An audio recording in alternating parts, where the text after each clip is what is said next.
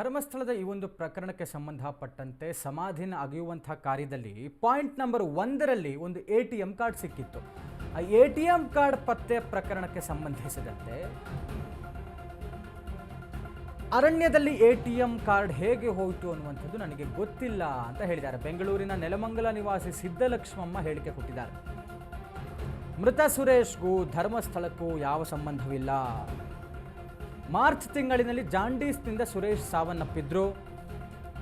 ಈ ಹಿಂದೆ ಧರ್ಮಸ್ಥಳಕ್ಕೆ ಪ್ರವಾಸಕ್ಕೆ ತೆರಳಿದಂತಹ ಸುರೇಶ್ ಪ್ರವಾಸದಿಂದ ಬಂದ ಮೇಲೆ ATM ಕಾರ್ಡ್ ಮಿಸ್ಸಿಂಗ್ ಆಗಿತ್ತು.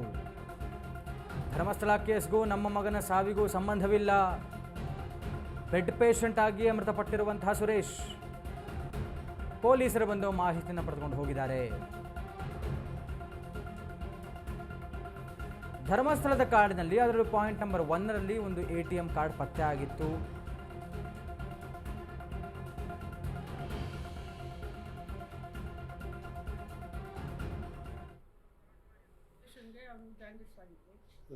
ಮತ್ತೆ ಸಿದ್ಧಾರ್ಥಲ್ಲಿ ಅಡ್ಮಿಟ್ ಮಾಡಿದ್ದೆ 5 ದಿವಸ.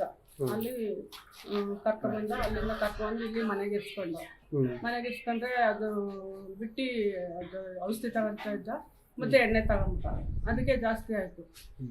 ಮತ್ತೆ ಪದೇ ಹಿಂಗೆ ಮಾಡ್ತೀಯ, ನಾವು ಎಷ್ಟೊತ್ತಿ ತೋರಿಸೋದು ಅಂದ್ಬಿಟ್ಟು ಬೇಜಾರಾಗಿ ಹೋಗು ಅಂತ ಆಚೆಗೆ ಕಳಿಸ್ತು, ಮನೆ ಬಿಟ್ಟು ಆಚೆ ಕಳಿಸ್ತು. ಆಮೇಲೆ ತಿರ್ಗಾ 1-2 ತಿಂಗಳು ಹುಷಾರಾಗ.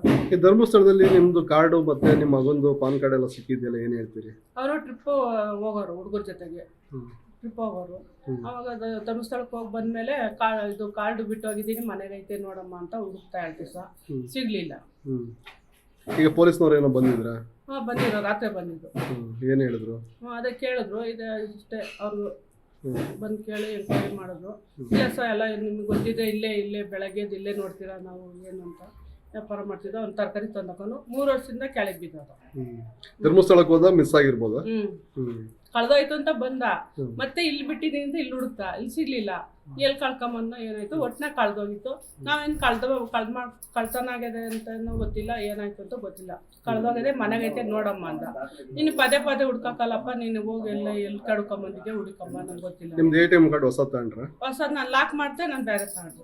ಅವ್ನು ಫಸ್ಟ್ ಯೂಸ್ ಮಾಡ್ತಿದ್ನಲ್ಲ, ಇವ್ನು ಯಾವಾಗ ಮನೆ ಆಚಿಂದ ಆಚೆಗೆ ಹಾಕ್ದೆ, ನಾನು ಅವಾಗ ಬೇರೆ ತಗೊಂಡು ಲಾಕ್ ಮಾಡಿಸ್ದೆ. ಎಷ್ಟು ತಿಂಗಳಾಯ್ತು ನಿಮ್ಮ ಮಗ ಸತ್ತಿ? ನಮ್ಮ ಮಗ ಸತ್ 5ನೇ ತಿಂಗಳು, ಮುಂದಿನ ತಿಂಗಳಿಗೆ. 5 ತಿಂಗಳಾಯ್ತು.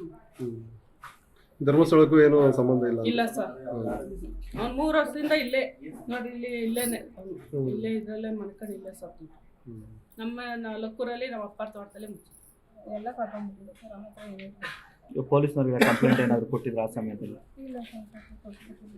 ಹಾಂ, ನೀವು ಅಕೌಂಟೆಲ್ಲ ಬ್ಲಾಕ್ ಮಾಡಿಸಿದ್ರೆ ಕಳೆದೋದ್ಮೇಲೆ ನಿಮ್ಮ ತಾಯಿಯವ್ರದ್ದು ಡೆಬಿಟ್ ಕಾರ್ಡು ಬ್ಲಾಕ್ ಮಾಡಿಸಿದ್ರು. ಹಾಂ, ಈ ಪೊಲೀಸ್ನವರೆಲ್ಲ ಏನು ಬಂದಿದ್ರು ಅಂತ ಕೇಳಿದ್ರು, ಅವ್ನು ತೀರ್ಕೊಂಡಿರೋ ಫೋಟೋ ಕೇಳಿದ್ರು. ಅಂದರೆ ಈಗ ನೀವು ಅಂತ್ಯ ಸಂಸ್ಕಾರ ಎಲ್ಲ ಇಲ್ಲದ ಹಾಸ್ಪಿಟಲ್ ತೋಟದಲ್ಲೇ ಮಾಡ್ಕೊಂಡು. ಎಷ್ಟು ವರ್ಷದಿಂದ ಮೇಡಮ್ ಅವ್ರು ಗೊತ್ತಾಗಿದೆ? ಈಗ 5 ತಿಂಗಳಾಯ್ತು ಸರ್. 5 ತಿಂಗಳು. ಮಾರ್ಚ್ 7ನೇ ತಾರೀಕು ಈ ಕಾರ್ಡ್ ಅಲ್ಲಿ ಸಿಕ್ಕಿರೋದಕ್ಕೆ ಏನು ಹೇಳ್ತೀರಿ? ಕಳ್ಕೊಂಡಿರ್ಬೋದು ಸರ್. ಅದು ಟ್ರಿಪ್ ಹೋದಾಗ ಅದು ತುಂಬ ವರ್ಷ ಆಯಿತು. ಕಳ್ದೋಗಿದೆ ಅಂತ ಮನೇಲಿ ಬಂದು ಪಾನ್ ಕಾರ್ಡ್ ಸಿಗ್ತಿಲ್ಲ, ಕಾಣ್ತಿಲ್ಲ, ಇಲ್ಲೇ ಎಲ್ಲೋ ಬಿಟ್ಟಿದ್ದೀನಿ ಅಂತ. ಫೋನು ಏನೂ ಇರಲಿಲ್ಲ ಸರ್, ಅವನ್ನೆಲ್ಲ ಕಳ್ಕೊಂಡಿದ್ದಾರೆ. ಹಾಗಾಗಿ ಹೋಗ್ತಾನೆ ಇದ್ರು ಧರ್ಮಸ್ಥಳಕ್ಕೆ? ಹುಡುಗರ ಜೊತೆ ಹೋಗೋಣ ಸರ್, 1 ವರ್ಷಕ್ಕೆ 2 ವರ್ಷಕ್ಕೆ ಅವಾಗೆಲ್ಲ ಚೆನ್ನಾಗಿದ್ದಾಗ ಹೋಗೋಣ. ಹುಡುಗರ ಜೊತೆಲ್ಲ ಟ್ರಿಪ್ ಹೋಗೋಣ, ಎಲ್ಲ ಕರ್ಕೊಂಡ್ಬಿಟ್ಟಿದೆ ಸರ್. ಆಮೇಲೆ ಪೊಲೀಸ್ನವ್ರಿಗೆ ಕಂಪ್ಲೇಂಟ್ ಏನಾದರೂ ಕೊಟ್ಟಿದ್ರು ಆ ಸಮಯದಲ್ಲಿ? ಇಲ್ಲ ಸರ್.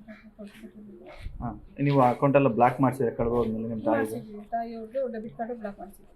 ಹಾಂ, ಈ ಪೊಲೀಸ್ನವರೆಲ್ಲ ಏನು ಬಂದಿದ್ರು ಅಂತ ಕೇಳಿದ್ರು, ಅವ್ನು ತೀರ್ಕೊಂಡಿರೋ ಫೋಟೋ ಕೇಳಿದ್ರು.